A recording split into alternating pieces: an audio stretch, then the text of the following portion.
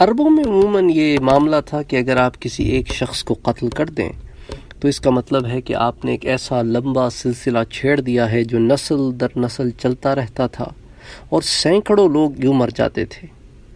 بدر کی لڑائی میں جیسا کہ ہم سیرت النبی کے دروس میں پڑھ چکے ہیں کہ قریش مکہ کے 70 سردار مارے گئے تھے، جس سے اہل مکہ کی زندگیاں ویران ہو گئی تھیں۔ جن کے عزیز و اقارب بدر میں مارے گئے تھے وہ ابو سفیان کے پاس گئے اور کہا کہ محمد صلی اللہ علیہ وآلہ وسلم نے ہماری قوم کا خاتمہ کر دیا ہے، اب وقت آ گیا ہے کہ اس کا انتقام لیا جائے۔ تو الغرض، جس کی ڈیٹیلز ہم احد میں پڑھ چکے ہیں، کہ 3000 بہادروں کے لشکر کے ساتھ یہ مدینہ طیبہ کی طرف بڑھے۔ ادھر اسلامی لشکر میں 1000 مرد مدافعت کے لیے مدینے سے نکلے۔ راستے میں عبداللہ ابن ابی ابن سلول نے دھوکہ دے کر 300 افراد کو راستے سے ہی واپس موڑ لیا۔ احد کے مقام پر مقابلہ شروع ہوا تو ابتدا میں مسلمانوں کا پلہ بھاری رہا۔ ان تمام ڈیٹیلز کو ہم غزوہ احد میں دیکھ چکے ہیں اور آپ پھر پڑھ سکتے ہیں۔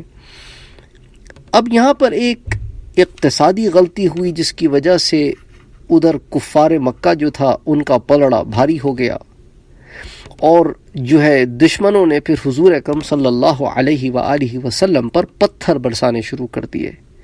ادھر صحابہ کرام حضور صلی اللہ علیہ وآلہ وسلم کی مدافعت میں لگ گئے۔ رحمت عالم کی پیشانی اور بازو زخمی ہو گئے اور رحمت عالم کا ایک دانت مبارک بھی ٹوٹ گیا۔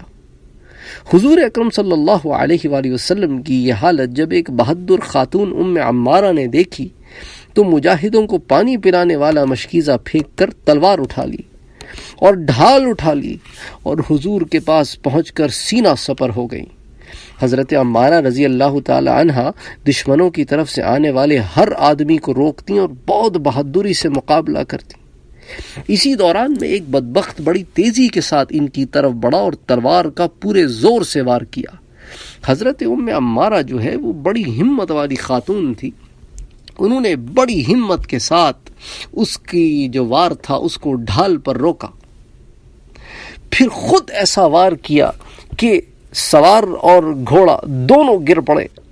حضور اکرم صلی اللہ علیہ وآلہ وسلم نے جب یہ دیکھا تو اس بہادر خاتون کے بیٹے حضرت عبداللہ کو پکارا کہ آؤ اور اپنی ماں کی مدد کرو۔ حضرت عبداللہ جلدی سے ادھر بڑھے اور ایک ہی وار سے اس ملعون کو جہنم رسید کر دیا۔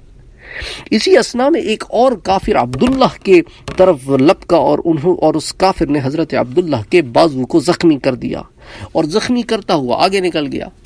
حضرت ام عمارہ رضی اللہ تعالی عنہ نے اپنے بیٹے کے زخمی ہاتھ کے اوپر پٹی باندھی اور فرمایا کہ بیٹے اٹھ جا، اب یہ آرام کا اور تکلیف کا وقت نہیں ہے، تو اٹھ اور تیرے اندر جتنی جان ہے وہ آج لڑا دے، اور میرے اندر جتنی جان ہے میں یہ لڑا دوں گی۔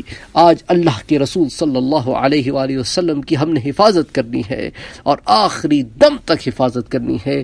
یہ جذبہ اور جرت دیکھا تو اللہ کے رسول صلی اللہ علیہ وآلہ وسلم نے فرمایا کہ اے ام عمارہ، جتنی طاقت تم میں ہے اور کسی میں کہاں ہوگی۔ اچھا، اب اسی وقت وہ شخص جو حضرت ام عمارہ کے بیٹے عبداللہ پر وار کر کے آگے نکل گیا تھا، ان کے بازو کو زخمی کر کے آگے نکل گیا تھا، وہ پلٹا اور پلٹ کر حملہ آور ہوا۔ حضور نے دیکھا تو فوراً ام عمارہ کو پکارا کہ ام عمارہ سنبھلنا، یہ وہی بدبخت ہے جس نے عبداللہ کو زخمی کیا ہے۔ حضرت ام عمارہ جوش انتقام میں اس کی طرف بڑھی اور ایسا زبردست وار کیا کہ اس کے 2 ٹکڑے کر دیے اور وہ نیچا زمین پر گر پڑا۔ حضور اکرم صلی اللہ علیہ وآلہ وسلم نے جب یہ منظر دیکھا تو بے ساختہ مسکرا دیے اور زبان اختر سے ارشاد فرمایا کہ اے ام عمارہ، تو نے اپنے بیٹے کا خوب بدلہ لیا۔ اس کو ہم ڈیٹیل میں سیرت النبی کے دروس میں احد میں بھی دیکھ چکے ہیں، اور اس روایت کو ابن ہشام نے بھی روایت کیا ہے۔